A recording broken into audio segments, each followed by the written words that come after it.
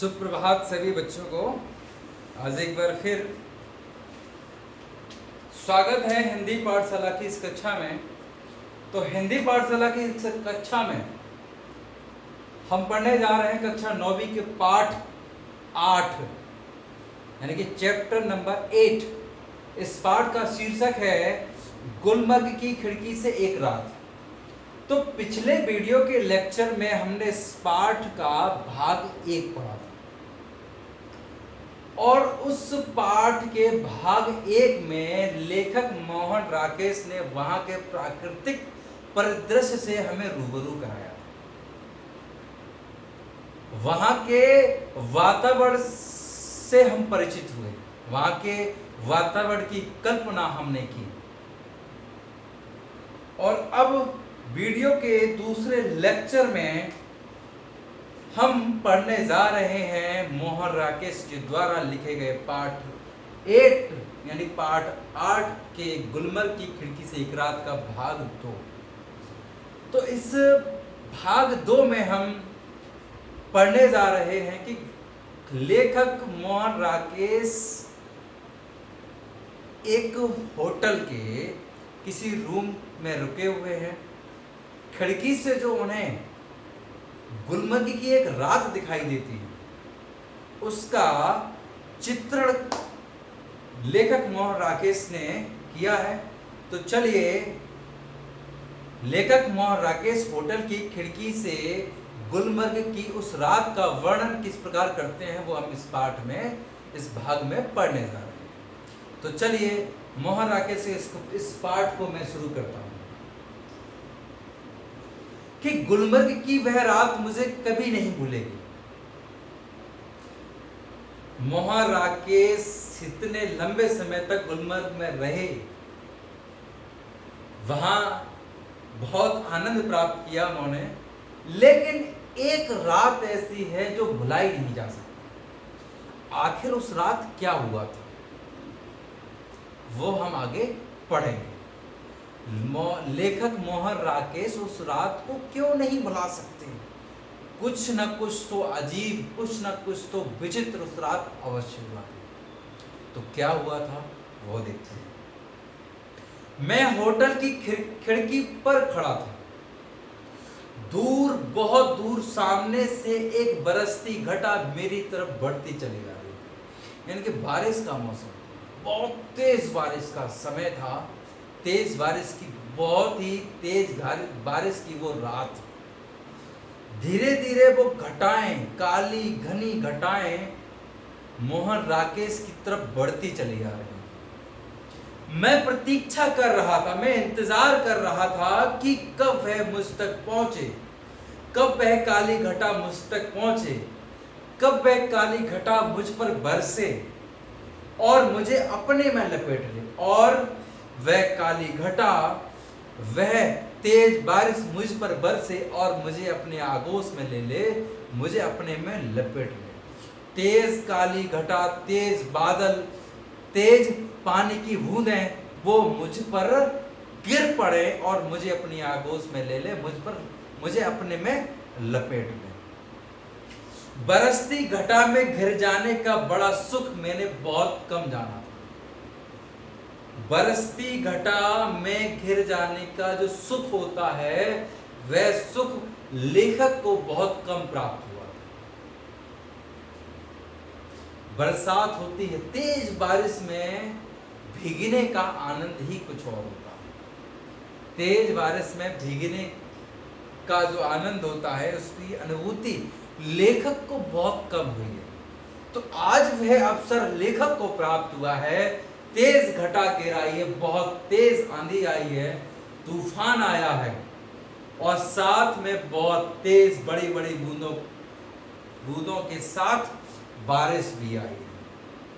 तो आज वह तेज बारिश का सुख भोग लेना चाहते हैं। तेज बारिश का जो आनंद है, तेज बारिश में भीगने का जो आनंद है, आज लेखक उसे महसूस करना चाहते हैं। लेखक उस आनंद की अनुभूति करना चाहते हैं। तो बरसती घटा में घिर जाने का बड़ा सुख मैंने बहुत कम जाना है। घटा ऊपर से घिर आए और व्यक्ति को छोटा करके उस पर छा जाए, यह इससे अलग स्थिति है। अब लेखक मोहन राकेश क्या कहते हैं कि बड़ी घटा, बड़े बड़े बादल, बड़ी बड़ी बूंदों के साथ बारिश व्यक्ति को छोटा करके उसे अपनी आगोश में संभाले, यह स्थिति एक अलग जान पड़ती है। इस बार आती हुई घटा हर संकेत मेरे सामने था, और लिखते हैं कि इस बार आती हुई घटा का हर संकेत मेरे सामने था और मैं उसके बराबर का होकर अपनी खिड़की में खड़ा उसे बुला रहा था। अब लेखक आमंत्रित कर रहे थे उस घटा को, उस काली काली बड़ी बड़ी घटाओं को आमंत्रित कर रहे हैं, न्योता दे रहे हैं, और एक तरीके से कहा जाए तो चुनौती भी दे रहे हैं। और चुनौती देते हुए लेखक क्या कहते हैं उस काली बड़ी बड़ी घनी घटाओं से, आ चली आ, मैं तुझसे कमजोर नहीं हूं, मैं तुझसे हारूंगा नहीं, आज मैं तुझसे तेरा सामना भी करूंगा और मैं विजयी भी होकर दिखाऊंगा। तो लेखक कहते हैं कि आ मैं तुझसे कमजोर नहीं हूं।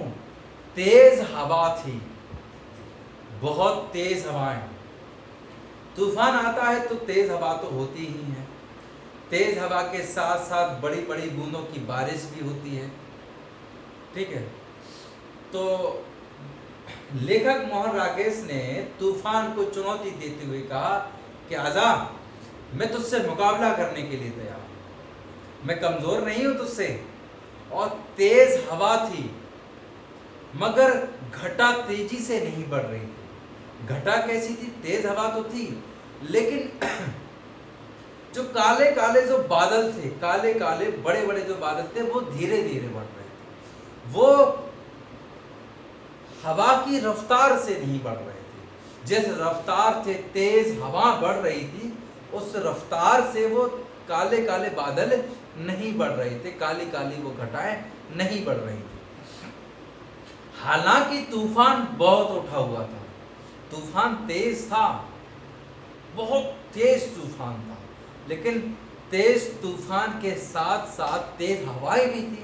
लेकिन जो काली घटा है, जिसका लेखक महोदय को बहुत बेसब्री से इंतजार है कि ये कब काली घटा मेरे पास आएगी, मेरे ऊपर आएगी और ये अपनी आगोश में मुझे ले लेगी और मैं उससे, उस काली घटा से लड़कर जीत हासिल करूंगा, ये सब लेखक के मन में चल रहा था।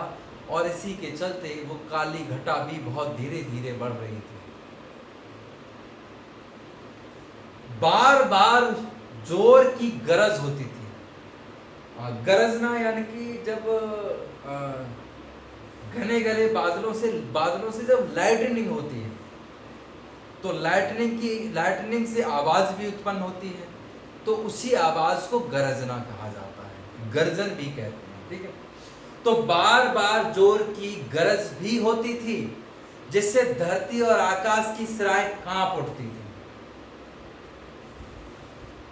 जब काली अंधेरी रात में घने घने बादल छा गए हों, है ना, और साथ में बड़ी बड़ी बूंदों की बारिश भी हो रही हो, तूफान हो, तेज हवाएं, तेज सर्द हवाएं चल रही हो, चारों तरफ अंधकार ही अंधकार हो, तो ऐसे में बिजली का गर्जन, बिजली का गरजना, ऐसे में लाइटनिंग जब होती है तो एक तरीके से वह एक बहुत तेज ध्वनि उत्पन्न करती है। और तेज ध्वनि से क्या होता है? कंपन उत्पन्न होता है, वाइब्रेशन उत्पन्न होता है, और जो प्रकाश उत्पन्न होता है, उस प्रकाश से ऐसा प्रतीत होता है जैसे सब कुछ, जितना वहां जो भी वातावरण है, जो भी पेड़ पौधे हैं, मकान बने हुए हैं, सब कुछ जो कुछ भी है, वह लाइटनिंग के प्रकाश से, वह बिजली के प्रकाश से ऐसा लगता है जैसे सब कुछ एक क्षण के लिए सबको नंगा कर दिया हो, क्योंकि जब बिजली पड़ती है तो ऐसा लग तो सब कुछ एक क्षण के लिए सब कुछ बहुत स्पष्ट नजर आने लगता है। ठीक है, इसका एहसास आपको हुआ होगा। तो जोर की गर्जन से धरती और आकाश की सिराएं कांप उठती थी, बार बार सामने के चित्रपट पर बिजली कौंधती थी और प्रकाश का वह भयानक विस्फोट हर चीज को नंगा कर जाता था। प्रकाश का वह भयानक विस्फोट यानी कि जब लाइटनिंग होती है, जब आकाश से बिजली गिरती है, तो वह क्या होता है, प्रकाश का एक बहुत बड़ा विस्फोट होता है और एक क्षण के लिए सब कुछ इस पर दूर दूर तक स्पष्ट दिखाई दे जाता है। तो प्रकाश का वह भयानक विस्फोट हर चीज को क्षण भर के लिए नंगा कर देता था। मैं खुश था, लेखक कहते हैं कि मैं खुश था कि थोड़ी देर में ये बूंदें, बारिश की बड़ी बड़ी बूंदें मेरे ऊपर बरसेंगी, बिजलियों का यह कहर मेरे ऊपर टूटेगा। जो काली काली घटाओं से बिजली उत्पन्न हो रही है, बिजली पैदा हो रही है, वह बिजलियों का कहर मेरे ऊपर टूटेगा। यानी कि आज उस रात लेखक पूरे उत्साह के साथ उन बादलों को, उस तूफान को चुनौती दे रहे थे कि चले आओ, आज मैं तुमसे लड़ने के लिए तैयार हूं। और उस रात लेखक के हौसले बुलंद थे, लेखक बहुत ज्यादा उत्साहित थे उस काली घटाओं से घिर जाने के लिए। मैं यानी कि लेखक मोहन राकेश बाहें फैलाकर सामने से उसे अपने ऊपर लेने के लिए तैयार थे।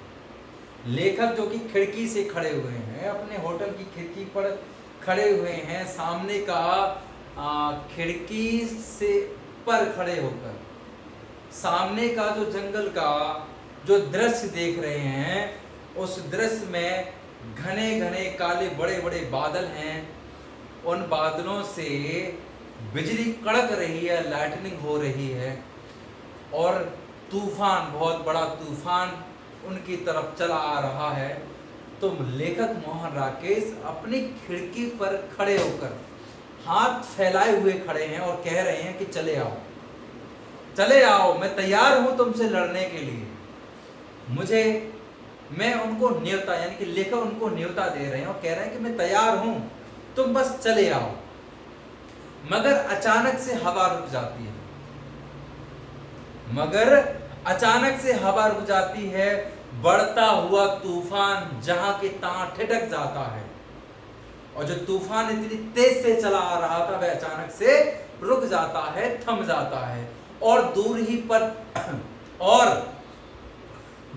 ही पर कटे पक्षी की तरह दम तोड़ने लगता है। जिस प्रकार एक पक्षी घायल होकर जमीन पर गिर जाता है, वह दम तोड़ने लगता है, ठीक उसी प्रकार वह तूफान भी दम तोड़ने लगा था।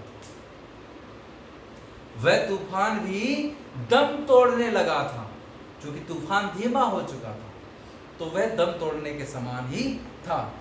बिजली की सांस रुकने लगी थी, जो लाइटनिंग हो रही थी, जो बिजली कड़क रही थी, उसकी सांस रुकने लगी थी, यानी कि बिजली अब, यानी कि लाइटनिंग जो है वो अब कम होने लगी थी। और लेखक कहते हैं कि मेरी भी सांसें रुकने लगी थी। अब लेखक की सांसें क्यों रुकने लगी थी? क्योंकि वैसे तो लेखक ने इस तूफान, इस बारिश और घने घने बादलों को बहुत कम देखा था। तो आज जब उन्होंने ये सब चीजें देखी हैं, घने घने बादल देखे हैं, आकाश से लाइटनिंग हो रही है वो देखा है, और तेज तूफान हैं, बड़ी बड़ी बूंदों के साथ बारिश हो रही है, ये सब उन्हें बहुत ज्यादा उत्साहित कर रही थी। उनके हृदय में बहुत ज्यादा उत्साह भर चुका था और उसी उत्साह के चलते वह न्योता भी दे रहे थे तूफान को कि चले आओ, मैं तुमसे लड़ने के लिए तैयार हूं, मैं तुम्हारे आगोश में खो जाना चाहता हूं।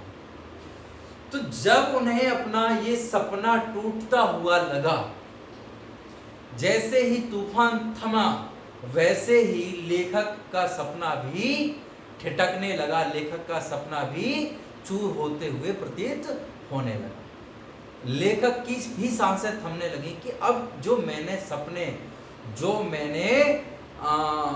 मेरे अंदर उत्साह भरा हुआ था, जो लेखक के अंदर उत्साह भरा हुआ है कि आज वो तूफान की आगोश में जाने वाले हैं, तूफान से मुकाबला करने वाले हैं, वो सब क्या हुआ, वो सब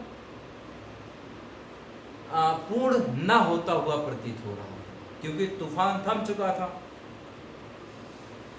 क्योंकि हवा के रुक जाने से मुझे भी बहुत ऊंचे आसमान से नीचे आना पड़ा।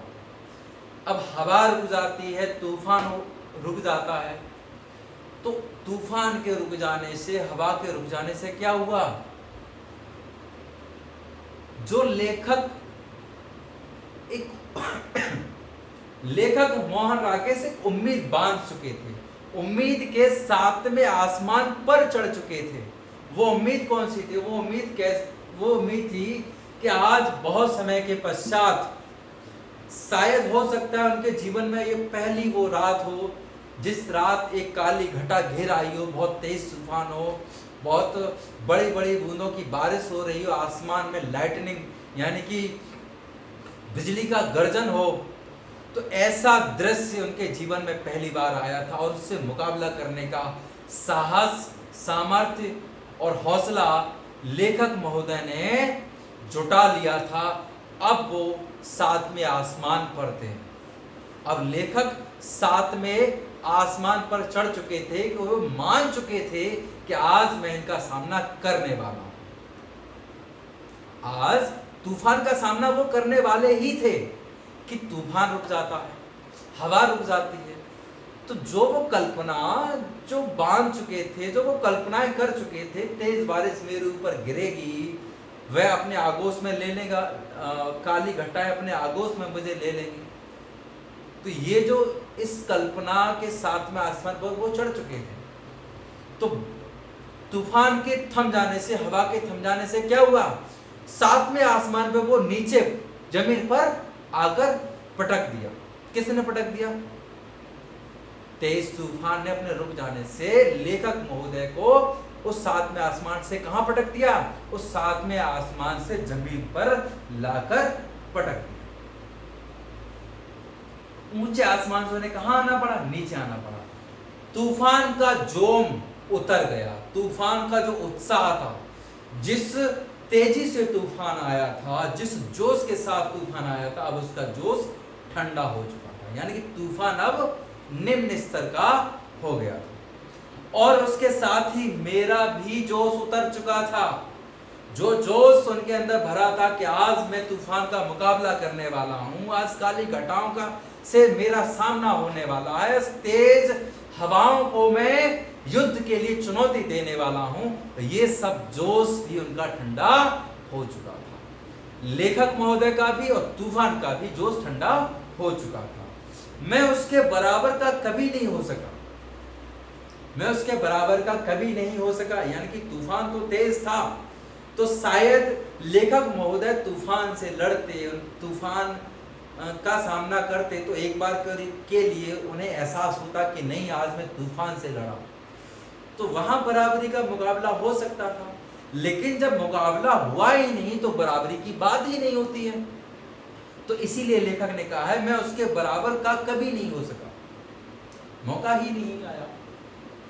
तो वे ऐसे क्षण थे जो मेरे जीवन में 2-1 बार ही आते हैं, यानी कि उस अंधेरी तूफान की रात का दृश्य उनके जीवन में कभी ही आया हो, 1-2 बार ही आया हो। गुलमर्ग में रहते हुए ऐसे क्षण हर किसी के जीवन में किसी न किसी रूप में अवश्य आते हैं, और जो लोग गुलमर्ग में रहने वाले हैं, जो वहाँ के निवासी हैं, जो सैलानी हैं, उनके जीवन में ऐसे दृश्य कभी न कभी आते रहते हैं, अवश्य ही आते हैं। तभी तो मुद्दत तक वहां रह चुकने पर भी कोई आकर्षण व्यक्ति को फिर खींचकर वहां ले आता है। एक लंबे समय तक रहने के बाद भी गुलमर्ग अपने आकर्षण से, अपने प्राकृतिक आकर्षण से लोगों को अपनी तरफ खींच लेता। अब लेखक महोदय जो कि काफी लंबे समय तक गुलमर्ग में रहे हैं, वहां से उनका आना हुआ, तो जब भी उन्हें गुलमर्ग की वो रातें याद आ जाती हैं, गुलमर्ग के सूर्योदय और सूर्यास्त का वो समय आ जाता है, याद आ जाता है, गुलमर्ग की पहाड़ियां उन्हें याद आ जाती हैं, गुलमर्ग के घास के हरे हरे मैदानों में कांपती तितलियां, उठते बादल उन्हें याद आ जाते हैं, बर्फ से ढके हुए पहाड़ी और चोटियां जब उन्हें याद आ जाते हैं, झाड़ियों से भरे हुए जंगल जब उन्हें गुलमर्ग के याद आ जाते हैं, तो पुनः गुलमर्ग के वो वातावरण अपनी ओर उन्हें आकर्षित करने लगता है। ऐसा मान पड़ता है जैसे दोबारा से गुलमर्ग उन्हें बुला रहा हो, दोबारा से वह अपनी तरफ आकर्षित कर रहा है और कह रहा है मानो कि चले आओ, मैं तुम्हें दोबारा से एक नए वातावरण के दर्शन कराऊंगा, एक नए रंगमंच के दर्शन कराऊंगा। तो यही कारण है कि एक लंबे समय तक जो व्यक्ति वहां रहा है, बावजूद उसके रहने के बाद भी हर बार उसे एक नए वातावरण को देखने को मिलता है और हर बार वह अपनी तरफ गुलमर्ग अपनी तरफ आकर्षित करता है। तो लेखक के साथ उस रात की जो घटना है वह एक बहुत बड़ा ठोस और बहुत खास घटना है जो अपनी तरफ आकर्षित करती है। तो तभी तो लंबे समय तक वहां रह चुकने पर भी कोई आकर्षण व्यक्ति को फिर से खींचकर वहां ले जाता है। हम एक बार जाते हैं, दोबारा जाते हैं, 3 बार जाते हैं, 4 बार, उनके वहां जाने का बार बार मन करता है। तो यही तो कारण है, वरना वहां है क्या? एक खुला सपाट मैदान जहां ज्यादा गोल्फ खेली जा सकती है। व्यक्ति क्यों बार बार वहां जाना चाहेगा? क्या गोल्फ खेलने के लिए वहां जाना चाहेगा? अब लेखक यहां एक बात कहना चाहते हैं कि जिस व्यक्ति का हृदय प्रफुल्लित है, जिस व्यक्ति का हृदय आसपास के वातावरण को देखकर, हरियाली को देखकर प्रसन्न हो जाता है, तो वही तो दोबारा से गुलमर्ग जाएगा, वही दोबारा से कश्मीर जाएगा। तो जिसके अंदर नीरसता है वह दोबारा तो नहीं जाएगा। तो जिसके अंदर नीरसता समाई हुई है, जिसके अंदर नीरसता घर कर चुकी है, जो उदासीन है, उसे तो चाहे आप कश्मीर ले जाइए, चाहे आप हिमालय की वादियों में ले जाइए, चाहे आप लद्दाख जाइए, चाहे आप कन्याकुमारी जाइए, यानी कि चाहे आप विश्व भर में कहीं भी चले जाइए, तो जो व्यक्ति उदासीन है उसे रंग नहीं दिखाई देंगे, उसे दिखाई देगी तो सिर्फ नीरसता। तो जिनका मन प्रफुल्लित रहता है, जिनका मन कल्पनाएं कर सकता है, हंसता रहता है, खेलता, हंसमुख स्वभाव जिनका होता है, वह व्यक्ति हमेशा कुछ नया ही देखने का प्रयास करते हैं। तो मोहन राकेश के द्वारा लिखा गया ये पाठ यहाँ समाप्त होता है। तो मोहन राकेश का एक स्वभाव हमने यहाँ देखा, काफी दिलचस्प स्वभाव के थे मोहन राकेश जी, जिन्हें सुंदरता दिखाई देती है, हर क्षण एक नई सुंदरता उन्होंने देखी और बहुत ही सुंदर और अच्छे शब्दों के माध्यम से उन्होंने हमारे साथ हमारे पाठ में गुलमर्ग के दर्शन हमें कराए। तो मोहन राकेश इस पाठ को यहाँ समाप्त हम करते हैं। तो सभी बच्चे इसके स्वाध्याय को, इसके पाठ के जो प्रश्न और उत्तर प्रश्न हैं उन सबको अपनी नोटबुक में कर लेंगे। प्रश्नोत्तर याद भी कर लेना है, साथ में जो शब्द दिए गए हैं वो आपको याद कर लेने, शब्दार्थ याद कर लेने, ठीक है। और कोशिश कीजिएगा अगर आपने किसी भी विशेष स्थान की यात्रा की हो तो बहुत रोचक ढंग से उस यात्रा का वर्णन करने का प्रयास कीजिएगा और बाद में मुझे दिखाइएगा, तो मैं भी आपके यात्रा वृत्तांत को कल्पना करूंगा और देखता हूं कि कितना अच्छा आपने लिखा है। तो चलिए, ये पाठ यहाँ समाप्त होता है। धन्यवाद। स्वस्थ रहिए, सुरक्षित रहिए और निरंतर पढ़ते भी रहिए।